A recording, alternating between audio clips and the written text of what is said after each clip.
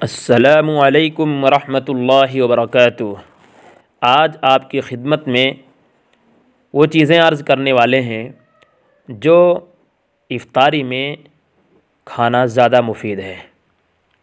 Number 1، روزہ رکھنے سے شام کے وقت کمزوری محسوس ہونے لگتی ہے، جبکہ کھجور کھانے سے جلد توانائی بحال ہو جاتی ہے، کیونکہ یہ غذائیت سے بھرپور ہوتی ہے، اور کھجور سے افطار کے پیچھے یہی حکمت کار فرما ہے۔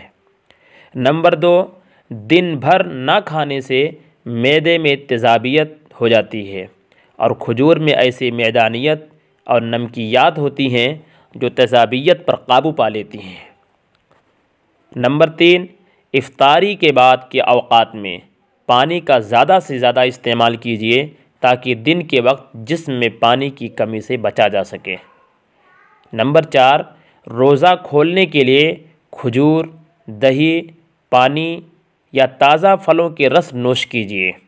نمبر 5، ایسے پھل اور سبزیاں جن میں پانی کی وافر مقدار موجود ہو، مثلاً خربوزہ، تربوز، کھیرا، ٹماٹر، انگور، سنترے، پپیتا اور انناس وغیرہ کا استعمال کرنا زیادہ مفید ہے، اور رمضان میں زیادہ سے زیادہ موسمی پھل استعمال کرنا چاہیے۔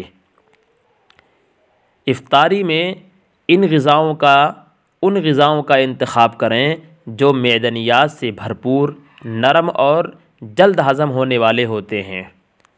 کولڈ ڈرنک اور بازاری مشروبات کے بجائے آپ اپنی صحت اور جیب دونوں کے لیے مفید کر سکتے ہیں کہ گھر پہ شربت بنائیں اور اس سے اپنے آپ کو مستفیض کریں۔ افطاری کے بعد مغرب کی نماز مسجد میں ادا کرنے کی کوشش کریں تاکہ افطار اور کھانے کے درمیان وقفہ ہو جائے اور فرض بھی ادا ہو جائے۔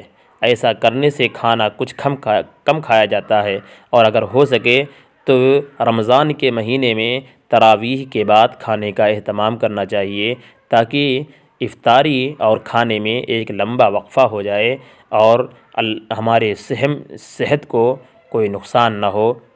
اللہ تعالی ہم سب کو صحت و تندرستی عطا فرمائے اور رمضان المبارک کی پوری قدر کی توفیق عطا فرمائے۔